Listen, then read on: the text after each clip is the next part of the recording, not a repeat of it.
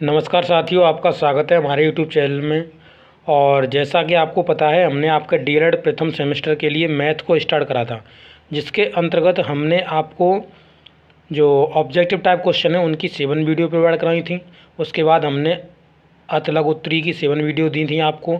उसके बाद अब आपके जो हैं लघु उत्तरी प्रश्न स्टार्ट हो चुके हैं, जिसके अंतर्गत आपको 2 वीडियोस प्रोवाइड करा दी गई हैं।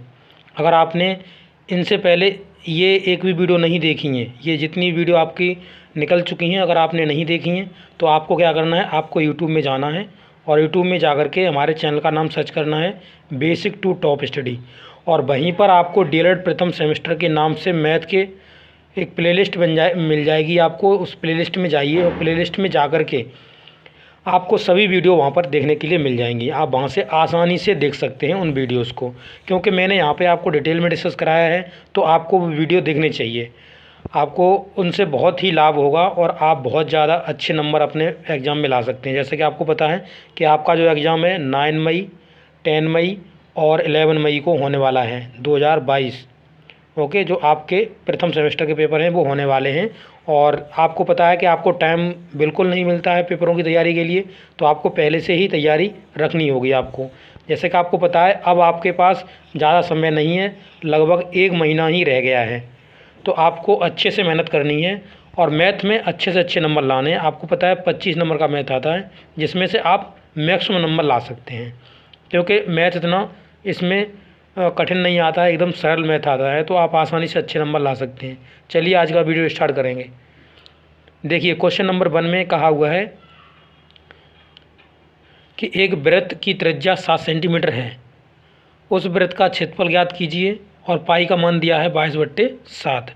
तो हमने आपको वृत्त से रिलेटेड आपको पहले भी समझा दिया है और मैं फिर से आपको समझा देता हूँ।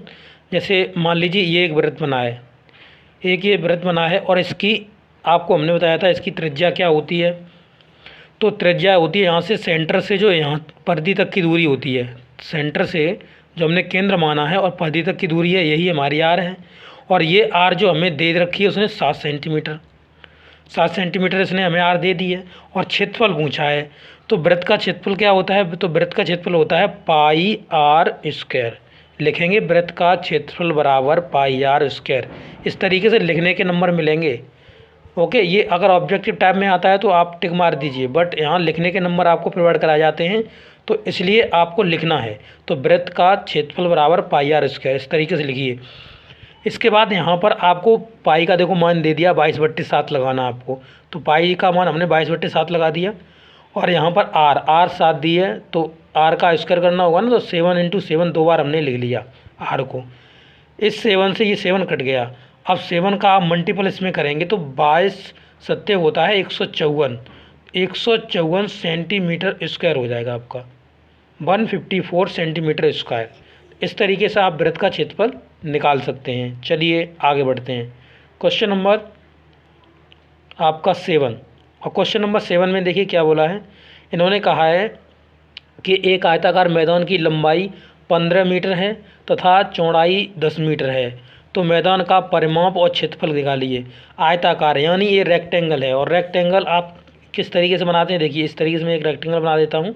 देखिए ये एक रेक्टेंगल है आपका, और इस रेक्टेंगल में जो आपको भुजाएं दे रखी हैं, यानी 15 सेंटीमीटर की तो लंबाई दे रखी है, ये 15 सेंटीमीटर की लंबाई, ये लंबाई, क्योंकि आमने सामने की भुजाएं आयत में बराबर होती हैं, तो ये लंबाई हो गई। यहाँ पर आपको जो चौड़ाई दे रखी है वो 10 मीटर की दे रखी है, और यहाँ पर भी 10 मीटर की दे रखी है। ये 15 मीटर, ये 15 मीटर, ये 10 मीटर, ये 10 मीटर। ये तो आपका आयत बना के हमने समझा दिया। अब इसका परिमाप क्या होता है, तो हमने पहले भी आपको वीडियो में प्रोवाइड बताया। आपको क्या बताया कि जो आपका परिमाप होता है आयत का, उसमें आपको जैसे मान लीजिए इस कॉर्नर से हमने चलना स्टार्ट करा, इस कॉर्नर से स्टार्ट करा, तो इस कॉर्नर इस पे गए, इस पे गए, इसके चारों तरफ जो बाउंड्री से हम घूम कर आए ना, यही परिमाप है। तो इसका जो फॉर्मूला बनता है वो क्या बनता है, क्योंकि ये एल, ये बी और ये बी, तो इसका जो आयत का परिमाप होता है इन्हें हम सबको जोड़ना होता है। जैसे हम यहाँ से मान लीजिए चलना स्टार्ट करें इस तरीके से, इस तरीके से हम इसी पॉइंट पर लौट कर आएंगे, तो क्या लिखना होगा हमें, L plus B plus L plus B. इस तरीके से हमने लिखा है इसे। अब देखिए यहाँ पर इसमें 2L हो गया, 2B हो गया, तभी हम परिमाप लिखते हैं। जो आयत का परिमाप जो हम लिखते हैं वो क्या लिखते हैं, आयत का परिमाप। इस तरीके से डालिए, आयत का परिमाप, आयत का परिमाप, परिमाप। जो आयत का परिमाप होता है वो 2 लंबाई प्लस चौड़ाई, लंबाई प्लस चौड़ाई होता है। तो इसमें लगा दीजिए, जैसे 2 तो बाहर है ही, इसमें लंबाई कितनी दी है आपको, 15 दी है, चौड़ाई कितनी दी है, 10 दी है। अब तो 2 और ये हो जाएगा कितना, 25 अंदर का। इसके आप जब मल्टीपल करेंगे तो आ जाएगा 50 मीटर। ये 50 मीटर आपका आंसर हो जाएगा आयत का परिमाप। अब आयत का क्षेत्रफल क्या होता है, तो उसके लिए आपको देखिए, मैं एक बार ड्रॉ कर देता हूँ फिर से देखिए। और इसका जो क्षेत्रफल होता है वो इसकी लंबाई और चौड़ाई का गुणनफल होता है, लंबाई और चौड़ाई का गुणनफल। तो आपको कैसे लिखना है, आयत का क्षेत्रफल। देखिए ये आयत का क्षेत्रफल है, यहाँ पे लंबाई इंटू चौड़ाई। अब लंबाई कितनी दी है, तो लंबाई दी है आपको 15 मीटर, चौड़ाई कितनी है 10 मीटर, तो कितना हो जाएगा 150 मीटर स्क्वायर। क्योंकि क्षेत्रफल हमेशा स्क्वायर में लिखा जाता है, क्योंकि देखिए इसका मीटर और इसका मीटर, तो मीटर मीटर का गुणा होगा तो मीटर स्क्वायर नहीं हो जाएगा। तो इस तरीके से आप इसका भी आंसर लिख सकते हैं और इसे भी सॉल्व कर सकते हैं आसानी से। चलिए क्वेश्चन नंबर नेक्स्ट देखते हैं। देखिए कहीं भी क्वेश्चन समझ में नहीं आता है तो आप हमसे पूछ सकते हैं कमेंट बॉक्स में। हम आसानी से इतना सरल करके इसलिए समझा रहे हैं और यहाँ जल्दी जल्दी इसलिए कर रहे हैं क्योंकि इससे पहले मैंने बहुत आसानी से आपको समझाए भी हैं, और फिर भी मैं इतना जल्दी नहीं कर रहा हूँ जो कि आपको समझ में ना आए। अब देखिए क्वेश्चन क्या कह रहा है। क्वेश्चन में कहा हुआ है एक वर्ग का क्षेत्रफल 225 वर्ग सेंटीमीटर है, तो उस वर्ग की भुजा निकालिए। तो अब वर्ग के बारे में हमने आपको बताया हुआ था। वर्ग कुछ इस प्रकार से बनता है जिसकी चारों भुजाएं कैसी होती हैं, बराबर होती हैं। तो ये सब कैसी हैं, इक्वल हैं, आपस में बराबर हैं। इसका क्षेत्रफल क्या होता है, जैसे इसे मैंने लंबाई माना, इसे चौड़ाई माना, अलग अलग नहीं मान सकते क्योंकि इनकी सब बराबर होती हैं। तो ये ए और ये ए, तो इसका जब लिखेंगे तो क्या लिखेंगे, वर्ग का क्षेत्रफल बराबर ए इंटू में ए, तो क्या हो जाएगा ए स्क्वायर। अब देखिए ये ए स्क्वायर ही आपको इन्होंने दे दिया है 225 सेंटीमीटर स्क्वायर, सेंटीमीटर स्क्वायर। अब जब ए निकालेंगे तो ये रूट में चला जाएगा 225, और 225 को जब हम रूट में इसके फैक्टर कर लेंगे कितने, 15 इंटू 15, तो इसमें देखिए एक 15 का पेयर बना तो 15 बाहर निकल आएगा। तो ए की वैल्यू कितनी निकल के आई, 15 सेंटीमीटर, सेंटीमीटर कितना निकल गया, 15 सेंटीमीटर निकल के आया। और यही इसने पूछा था कि वर्ग की भुजा बताइए, तो 15 सेंटीमीटर आ गई। चलिए अब नेक्स्ट क्वेश्चन देखते हैं। क्वेश्चन नंबर 9 देखिए। क्वेश्चन नंबर 9 में कहा हुआ है कि यदि x प्लस वाई बराबर 15, x माइनस वाई बराबर 10, तो x और y का मान याद करिए, बहुत आसान है। इसे लिख लीजिए x प्लस वाई बराबर में 15 और x माइनस वाई बराबर में 10। अब ये इक्वेशन से इन्हें को सॉल्व कर लीजिए। तो यहाँ पर देखिए प्लस वाई से माइनस वाई कट गया, तो ये हो गया 2x बराबर कितना हो गया 25, और x का जब वैल्यू निकालेंगे तो ये आ जाएगा 25/2, या आप इसे 12.5 भी लिख सकते हैं। कितना आएगा 25/2।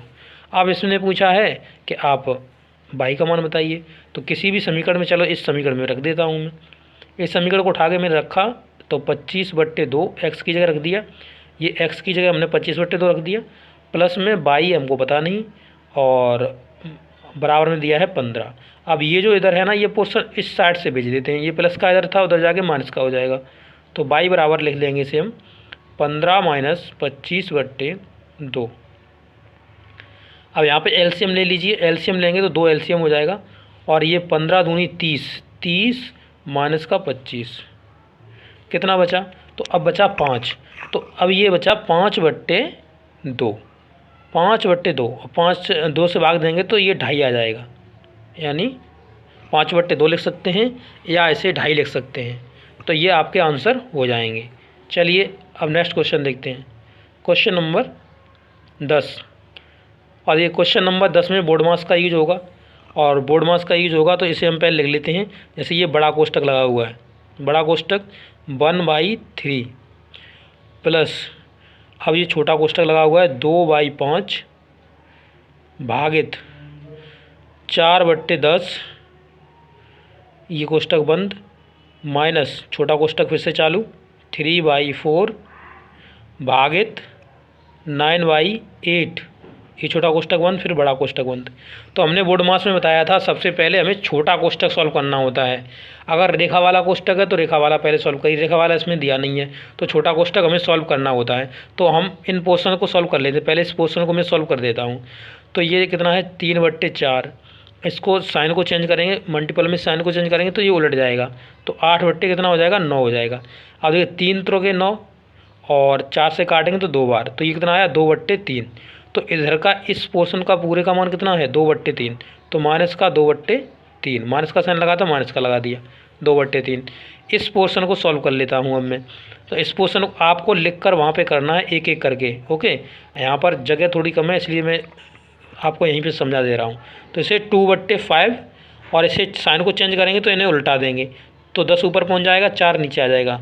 तो 2 दूनी 4 और 5 दूनी 10, 2 से 2 कट गया, कितना ओनली 1 बचा। इसका पूरे का मान कितना है ओनली 1, और 1/3 तो है ही। तो 1/3 बराबर में हम लिखते हैं बड़े कोष्टक में 1/3 प्लस का 1 और माइनस का रह जाएगा 2/3।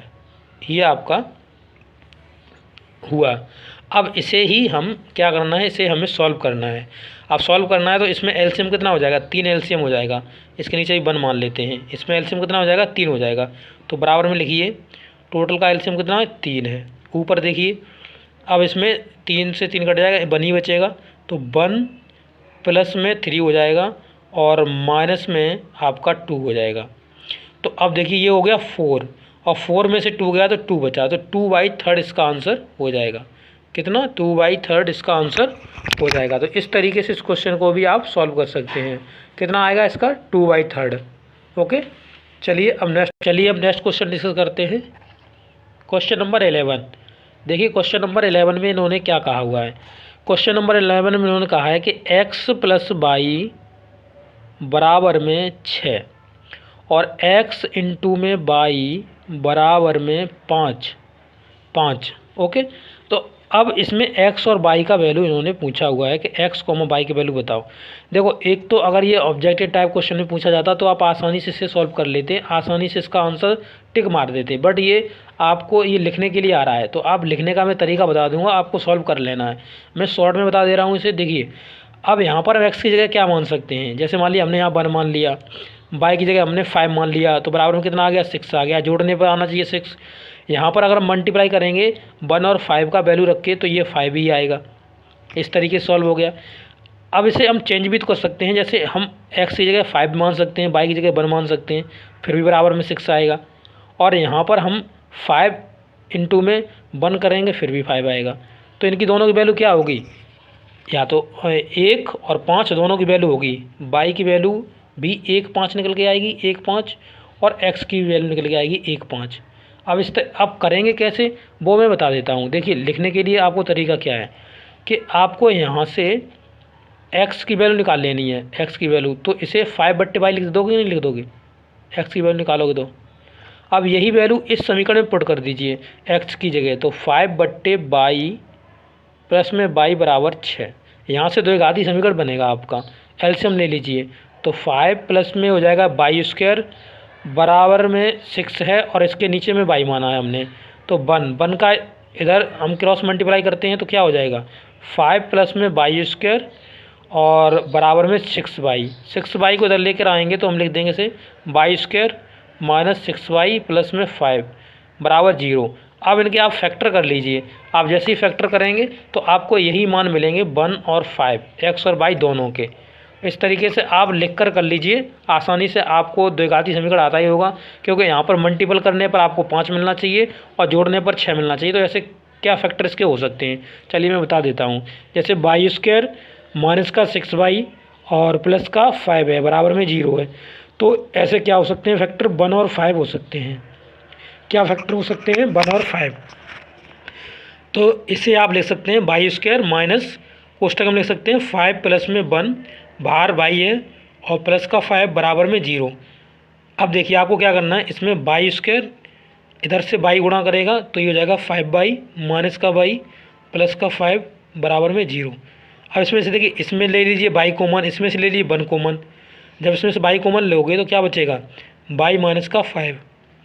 इसमें से 1 कॉमन लोगे तो बाई माइनस का 5 बराबर में कितना, 0।